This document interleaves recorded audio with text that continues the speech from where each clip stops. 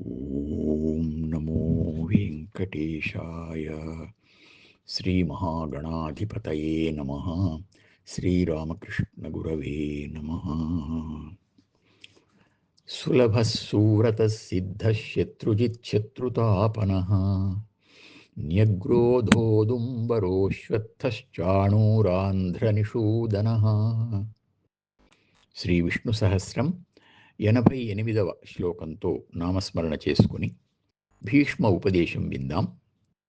దాన ధర్మంలో భాగంగా భీష్ముడు ఏ కోరిక లేని వైరాగ్యపూర్ణులైన వారు ప్రత్యేకించి తీర్థయాత్రలేవి చేయనక్కరలేదు, వారే తీర్థస్వరూపులు అని చెబుతున్న సమయంలో అంపశయ్య మీద వీరశయనంలో ఉన్న భీష్మాచార్యుల వారిని దర్శించడానికి అత్రి, వశిష్ఠుడు, పులహుడు, పులస్త్యుడు, క్రతువు, అంగిరసుడు, అగస్త్యుడు, కణ్వుడు, గౌతముడు, విశ్వామిత్రుడు, జమదగ్ని మొదలైన మహామునులు తీర్థస్వరూపులు శిష్య సమూహంతో అక్కడికి వచ్చారు. మహాతపస్సంపన్నులైన వారి అద్భుత తేజస్సుతో భూమి ఆకాశాల మధ్య భాగంలో వెలుగు రాశి ఏర్పడింది. దేవవ్రతుడు అనే పుట్టు పేరు కలిగిన భీష్ముల వారిని అప్పుడు ఆయన ఉన్న తీరును ఆ మహనీయులు కలయజూస్తూ కొంతసేపు అక్కడ నిలిచారు. అప్పుడు పాండవులు ఆశ్చర్యచకితులై వారిని ప్రస్తుతిస్తూ ప్రణామాలు చేశారు. అనంతరం ఆ మునులు అంతర్ధానం చెందగా పాండవులు, భీష్ముడు వారి మాహాత్మ్యాన్ని ప్రశంసిస్తూ కొంతసేపు సంభాషించుకున్నారు. తరువాత ధర్మరాజు తాతగారి పాదపద్మాలకు తన శిరస్సు సోకే విధంగా నమస్కరించి, పితామహ, ఇంతవరకు ఎన్నో తీర్థ విశేషాలు తెలియజేశారు.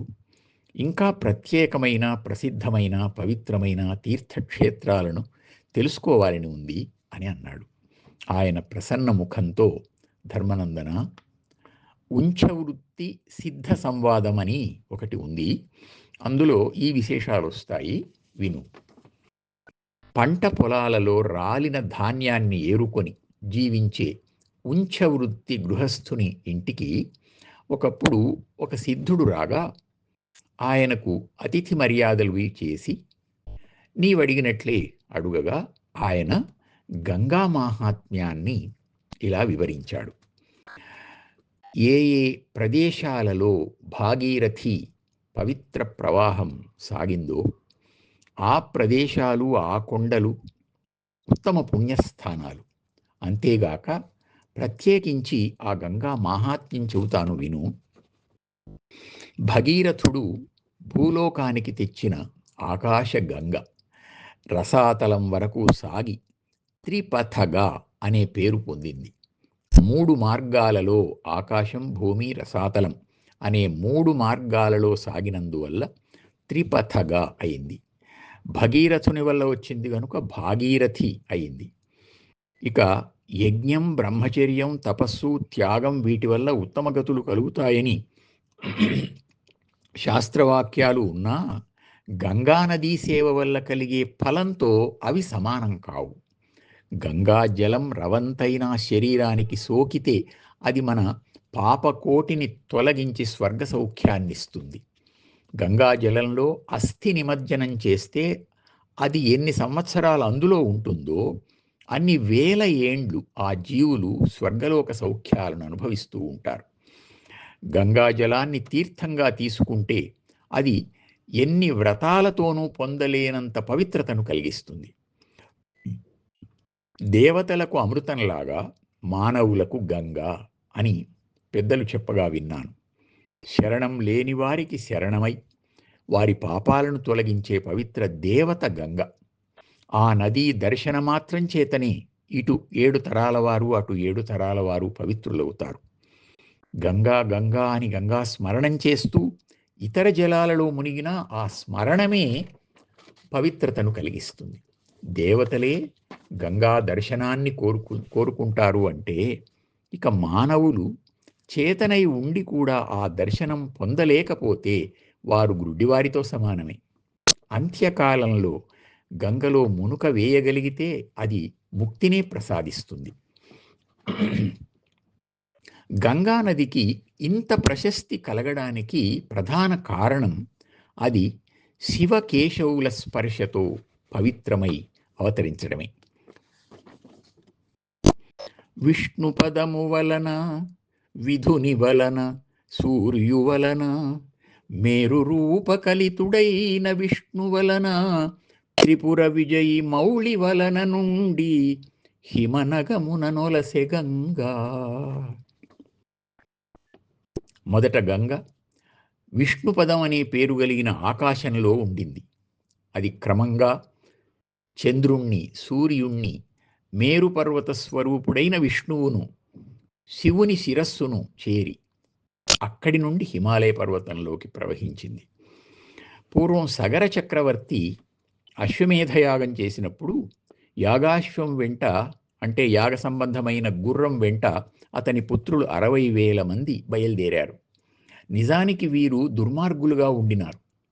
వీరుగాక అసమంజసుడని ఇంకొక పుత్రుడు పూర్తిగా లోకకంటకుడైతే సగరుడే అతనికి నగర బహిష్కార శిక్ష విధించాడు.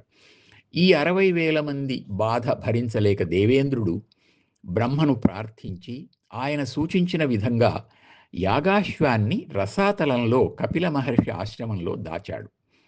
ఈ 60,000 మంది భూమిని త్రవ్వుతూ అక్కడికి వెళ్ళి ఆయన దొంగలించాడు అనుకొని నిందించగా ఆయన కళ్ళు తెరిచి చూచిన వెంటనే అందరూ భస్మమయ్యారు. అసమంజసుని మనుమడు, అంశుమంతుని కుమారుడు అయిన భగీరథుడు మొదట బ్రహ్మను గూర్చి తపస్సు చేయగా ఆయన గంగాజలంతో తడిస్తే అతని పూర్వులు తరిస్తారు అని చెప్పాడు. భగీరథుడు గంగను గూర్చి తపస్సు చేయగా ఆమె ప్రత్యక్షమై తన వేగాన్ని భరించడానికి శివుడే తగినవాడు అని చెప్పింది. భగీరథుడు శివుణ్ణి గురించి తపస్సు చేయగా ఆయన అంగీకరించి తన జటాజూటంలోకి గంగను ఆహ్వానించి బంధించాడు. భగీరథుని ప్రార్థనతో ఆయన హిమాలయాలలో గంగను విడువగా ఆ రాజు వెంట వస్తూ గంగ జహ్ను మహర్షి ఆశ్రమాన్ని ముంచివేసింది. ఆయన దాన్ని ఆపోసన పట్టాడు. మళ్ళీ ఆ రాజా మహర్షిని ప్రార్థించగా ఆయన దాన్ని వదలగా గంగ జాహ్నవి అనే పేరు పొంది చివరకు రసాతలానికి చేరింది. భగీరథుని పూర్వుల భస్మరాసుల మీద ప్రవహించింది. వారికందరికీ స్వర్గప్రాప్తి కలిగించింది. సగర నృపతి పుత్రచయము మునీంద్రశాపమున భస్మమై అపార దురిత కల్మషంబు పొందగా గంగా నిజ జలసేకమొసగి అనిచే నాకమునకు. ఈ విధంగా గంగావతరణం మహాద్భుతంగా జరిగింది. అందువలనే గంగా నదికి, గంగా జల కణానికి ఇంత పవిత్రత ఏర్పడింది అని సిద్ధుడు చెప్పగా ఆ ఉంచవృత్తి గృహస్థుడు తాను కూడా గంగా స్నానం చేసి ఇష్టసిద్ధిని పొందాడు అని భీష్ముడు చెప్పగా సాక్షాత్తుగా ఆ గంగామాతకే జన్మించిన తమ తాతగారిని చూస్తూ ధర్మరాజేగాక అక్కడ ఉన్న అందరూ గంగాస్మరణం చేస్తూ పవిత్రులై ఆ పరమ పవిత్ర మూర్తి అయిన భీష్మాచార్యులకు నమస్కరించారు. ఓం నమో వెంకటేశాయ.